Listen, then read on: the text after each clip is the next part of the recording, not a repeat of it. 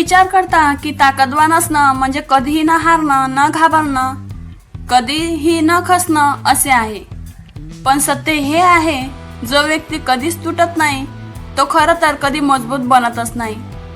कारण मानसिकता ही दबावाखाली तयार होते, आरामात नाही. द मेंटल टफनेस हे पुस्तक सर्वात अगोदर सत्य उघड करतं. स्ट्रॉंग माणसं वेगळी नसतात, ते फक्त दुसऱ्या पद्धतीने विचार करत असतात. आता समजून घ्या, जेव्हा एखादी समस्या येते तेव्हा तुम्ही काय करता? एकतर ती टाळता किंवा तिचा जास्त विचार करता, नाहीतर स्वतःवर शंका करता. नंतर हळूहळू आतून तुम्हाला कमजोर वाटू लागते. पण याविरुद्ध ताकदवान माणसे काय करतात? त्यांनाही भीती वाटते, तणाव जाणवतो. पण यामध्ये फरक हा आहे की ते स्वतःच्या भावनांचे गुलाम बनत नाही. एकच परिस्थिती दोन लोकांमध्ये येते, यामधला एक खचतो तर त्याविरुद्ध दुसरा सावरतो. कारण एक प्रतिक्रिया देतो तर दुसरा स्वतःवरच नियंत्रण ठेवतो. तुम्ही आता त्याचा तर्क लावा. तुमच्या समोर एक आव्हान आहे, तेव्हा तुम्ही विचार करता, अरे देवा, हे इतकं कठीण कसं आहे? तेव्हाच तुम्ही हार मानता. कारण आव्हानाला सामोरे जाण्यापूर्वीच तुम्ही मनातल्या मनात हार स्वीकारलेली असते. याच ठिकाणी तुम्ही जर असा विचार केला की ठीक आहे, कठीण आहे पण होईल, तुमचा बघण्याचा दृष्टिकोन बदलेल आणि दृष्टिकोनच शेवटचा परिणाम ठरवितो. अजून एक गोष्ट आहे, तुम्ही नेहमी आरामाच्या शोधात असता. सोपे काम, सुरक्षित निर्णय, जोखीम नसलेले जीवन. पण सत्य काय आहे?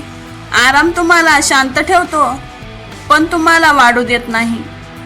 आणि अस्वस्थता तुम्हाला अस्वस्थ करते पण मजबूतही बनविते. आता एक प्रश्न, तुम्हाला काय हवे आहे? तात्पुरता आराम की खूप वेळाची शक्ती? कारण या दोन्ही गोष्टी एकत्र येत नाहीत. आता आणखी एक लपलेलं सत्य, तुमचा माइंड नेहमी तुम्हाला वाचवू इच्छितो. जेव्हा कधी एखादी परिस्थिती उद्भवते तेव्हा तुमचा माइंड तुम्हाला कारणे देतो. आज करू नकोस, मी उद्या करेल. हे तुमच्या नियंत्रणाबाहेर आहे. आणि जर तुम्ही प्रत्येक वेळी त्याचे ऐकले तर तुमची इच्छाशक्ती हळूहळू कमी होत जाते. आता कल्पना करा, जर तुम्ही प्रत्येक वेळी तुमच्या मनाच्या विरोधात काम केले तर काय होईल? सुरुवातीला ते थोडे कठीण असेल, पण हळूहळू ते वाढत जाईल. आणि एक वेळेस तुमचे मन तुमच्यावर नियंत्रण ठेवणार नाही, तुम्हीच तुमच्या मनावर नियंत्रण ठेवाल. हीच मानसिक ताकद आहे. आता दुसरी चूक, तुम्हाला असे वाटते की आत्मविश्वास असेल तरच तुम्ही कृती कराल. पण सत्य काय आहे? आत्मविश्वास कामातून येतो, काम आत्मविश्वासातून येत नाही. याचा अर्थ तुम्ही अगोदरचे पाऊल उचलण्यावरच स्वतःवर विश्वास ठेवाल. पण तुम्ही वाट पाहता आणि त्या वाट पाहण्यामध्ये अडकून पडता. आता आणखी एक महत्वाचा बदल, आजपासूनच भीतीला एक इशारा माना की हीच गोष्ट तुम्हाला प्रगती करण्यास मदत करेल. जर एखादी गोष्ट तुम्हाला अस्वस्थ करणारी वाटत असेल तर याचा अर्थ असा की तुम्ही तुमच्या विकासाच्या फार जवळ आहात. तीच तुमची पुढची पायरी आहे. आणि हळूहळू तुमच्या लक्षात येतं की मजबूत असणे म्हणजे परिपूर्ण असणे असे नाही, तर मजबूत असणे म्हणजे सर्व परिस्थितीत स्वतःला सांभाळू शकणे असे आहे. आणि ज्या दिवशी तुम्ही हे स्किल आत्मसात कराल त्या दिवशी तुमच्या आयुष्यातील कुठल्याही प्रकारची समस्या तुम्हाला हलवू शकणार नाही. पण एक गोष्ट आहे जे जवळजवळ प्रत्येकालाच मागे खेचते, स्वतःबद्दल शंका, सेल्फ डाऊट. तुम्ही बाहेर समस्यांपुढे हारत नाही, तुम्ही तुमच्या स्वतःबद्दलच्या शंकेमुळे हारता. द मेंटल टफनेस पुस्तक हा मुद्दा अगदी स्पष्टपणे मांडते. सर्वात मजबूत लोक ते नसतात ज्यांना सर्वात कमी समस्या असतात, तर सर्वात मजबूत लोक ते असतात जे आपल्याला शंका असूनही कार्य करतात. आता स्वतःबद्दल शंका कशी कमी करायची हे काळजीपूर्वक समजून घ्या. जसे की तुम्हाला काहीतरी नवीन करून बघायचे असते, पण तुमचे मन तुम्हाला लगेच सांगते की तुम्ही हे करू शकता. जर तुम्ही नापास झालात तर लोक हसतील, तेव्हा तुम्ही थांबता. पण खरे काय आहे हे विचार रियालिटी नाही. त्या केवळ संभव गोष्टी आहेत आणि तुम्ही काय करता, तुम्ही त्यांना खरे म्हणून स्वीकारता. आता इमॅजिन करा, जर तुम्ही शंकेला आव्हान द्यायला सुरुवात केली तर काय होईल. तुमची भीतीही हळूहळू कमी होईल आणि तुमचा आत्मविश्वास वाढेल. कारण आत्मविश्वास म्हणजे भीती नसणे, तर आत्मविश्वास म्हणजे भीती असूनही कृती करणे किंवा ऍक्शन घेणे असा होतो. अजून एक गोष्ट, तुम्हाला हार पराभवाची इतकी भीती का वाटते? कारण तुम्हाला वाटते पराभव म्हणजे शेवट. पण सत्य काय आहे, पराभव म्हणजे प्रत्येक वेळी तुम्ही अपयशी होता, तेव्हाच तुम्ही काहीतरी शिकता. पण जर तुम्ही प्रयत्नच केला नाही तर तुम्ही काहीच शिकत नाही आणि हेच सर्वात मोठे नुकसान आहे.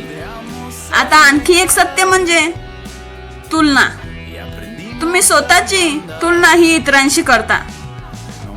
दुसऱ्यांचे यश, त्यांची स्पीड, त्यांची कामगिरी, आणि मग तुम्हाला स्वतःबद्दल कमीपणा वाटतो.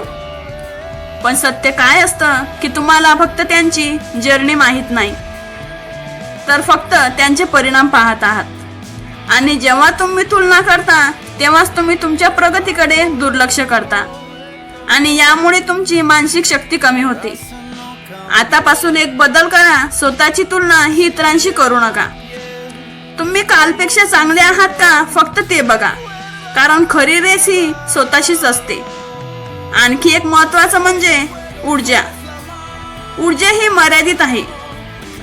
तुम्ही ती चिंता, अतिविचार आणि निगेटिव्ह गोष्टींकडे वाया घालवता आणि जेव्हा काम करायची वेळ येते तेव्हा तुम्ही थकता, कारण तुमच्यामध्ये ऊर्जाच राहत नाही. तुम्ही ती आधीच खर्च केलेली असते. आता विचार करा, जर तुम्ही तुमची ऊर्जा वाचवायला सुरुवात केली आणि ती फक्त महत्त्वाच्या गोष्टींवर फोकस केली तर काय होईल? तुम्ही अधिक प्रभावी व्हाल. कमी काम करूनही तुम्ही चांगले परिणाम मिळवाल. अजून एक चूक, तुम्हाला प्रत्येक गोष्टींमध्ये नियंत्रण ठेवायचे असते, ते भविष्य असो, माणसे असो किंवा परिस्थिती. पण सत्य काय आहे, माणूस हा प्रत्येक गोष्टींवर नियंत्रण ठेवू शकत नाही आणि ज्या वेळेस तुम्ही नियंत्रण ठेवू शकत नाही तेव्हा तुम्ही निराश होता. म्हणून आजपासून तुमच्या नियंत्रणात असलेल्या एका नियमावर लक्ष केंद्रित करा. बाकी सर्व काही स्वीकारायला शिका. हीच मेंटल स्ट्रॉंगनेस आहे. आता तुमच्या हळूहळू लक्षात येत आहे की स्ट्रॉंग असणे ही प्रतिभा नाही, तर ते एक कौशल्य आहे जे दररोज विकसित होते. आता काळजीपूर्वक समजून घ्या, तुम्ही एखाद्या समस्येकडे कसे पाहता त्यावर तुम्ही खचून जाता की प्रगती करता हे ठरते. जर तुम्ही प्रत्येक समस्येकडे शिक्षा म्हणून पाहिले तर तुम्ही संघर्ष कराल आणि तुम्ही त्यातून शिकाल. आता विचार करा की प्रत्येक चॅलेंज तुमची परीक्षा घेत नाही, तर तुम्हाला प्रशिक्षण देत आहे. मग काय होईल? तुम्ही संघर्ष करणार नाही, तुम्ही तयार असाल, कारण आता तुम्हाला माहिती आहे की ते तुम्हाला मोडण्यासाठी नाही तर मजबूत करण्यासाठी आहे. आणखी एक स्ट्रॉंगेस्ट गोष्ट, तुम्ही वेदनेपासून दूर पडता, मग ती शारीरिक असो किंवा भावनिक. तुम्हाला ती टाळायचीच असते. पण रियालिटी काय आहे? वेदना अटळ आहे, पण दुःख हे ऐच्छिक आहे. याचा अर्थ असा की वेदना येणारच, पण तुम्ही ती कशी हँडल करता हे तुमच्या नियंत्रणात आहे.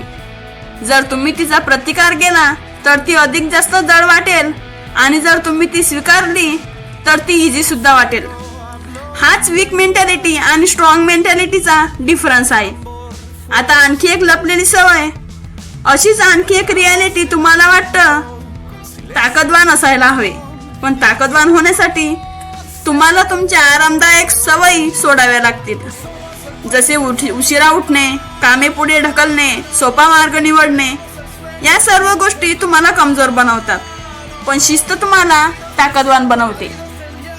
आता एक प्रश्न, जे करण्याची तुमची इच्छा नाही पण जे करायलाच हवे, ते करण्यासाठी तुम्ही तयार आहात का? कारण हीच मेंटॅलिटी स्ट्रॉंगनेस आहे. तुमच्या भावनांनुसार नव्हे तर तुमच्या मूल्यांनुसार वागणे. आता कल्पना करा की तुम्ही दररोज थोडेसे गैरसोयीचे काम करत आहात. जर तुम्ही थोडी शिस्त पाळली तर काय होईल? हळूहळू तुमचं कम्फर्ट झोन विस्तारेल आणि जे एकेकाने कठीण वाटत होते ते सोपे वाटू लागेल. हीच वाढ आहे. आता आणखी एक शक्तिशाली जाणीव. तुम्हाला प्रत्येक लढाई जिंकण्याची गरज नाही, पण तुम्हाला प्रत्येक वेळी उठण्याची सवय लावून घेणे आवश्यक आहे. कारण ताकदवान माणसे कधीच पडत नाही हे खरे नाही. खंबीर माणसे पटकन उठतात आणि हेच त्यांना इतरांपेक्षा वेगळे ठरविते. आता हळूहळू तुमच्या लक्षात येत आहे की मेंटल थगनेस म्हणजे प्रेरणा नव्हे, ती एक अशी मानसिकता आहे जी प्रत्येक परिस्थितीत स्थिर राहते. आणि ज्या दिवशी तुम्ही ही मानसिकता तयार कराल त्या दिवशी कोणतीही परिस्थिती तुम्हाला तोडू शकणार नाही. ती फक्त तुम्हाला अधिक मजबूत बनवेल. पण आता एक दुसरे सत्य आहे जे सर्वात शक्तिशाली आणि सर्वात अस्वस्थ करणारे आहे. तुम्हाला वाटतं की तुमच्या समस्यांमुळे बाहेर आहे. तुमच्या आयुष्याची गुणवत्ता ही तुमची जबाबदारी आहे. द मेंटल टफनेस हँडबुक वारंवार स्पष्ट करते की जोपर्यंत तुम्ही दोष देत राहता तोपर्यंत तुम्ही बदलणार नाही. कारण दोष दिल्याने तुम्हाला तात्पुरता दिलासा मिळतो, पण ते तुमची शक्ती काढून घेते. जबाबदारी स्वीकारल्याने दबाव निर्माण होतो, पण त्याचबरोबर तुम्हाला पुन्हा नियंत्रण मिळवून देते. आता एक प्रश्न, तुम्हाला काय हवे आहे, आराम की नियंत्रण? कारण त्या दोन्ही गोष्टी एकत्र येत नाहीत. आता काळजीपूर्वक विचार करा. जेव्हा कधी काही चुकते तेव्हा तुम्ही लगेच कारण शोधता, त्यामुळे ही परिस्थिती वाईट होती. पण ताकदवान माणसे काय करतात ते स्वतःला विचारतात, मी आणखी यामध्ये चांगले काय करू शकलो असतो. केवळ हा एकच प्रश्न संपूर्ण विचार बदलून टाकतो. कारण आता तुम्ही बडी नाही, तुम्ही एक खेळाडू आहात. प्रत्येक परिस्थितीची कल्पना करा. जर तुम्ही स्वतःला बडी न मानता जबाबदार मानले तर काय होईल? तुम्ही दोष देणार नाही, तुम्ही कृती कराल आणि त्यामुळे तुम्ही सामर्थ्यवान बनाल. एक शेवटची गोष्ट, तुम्हाला दररोज परिपूर्ण असण्याची गरज मुळीच नाही.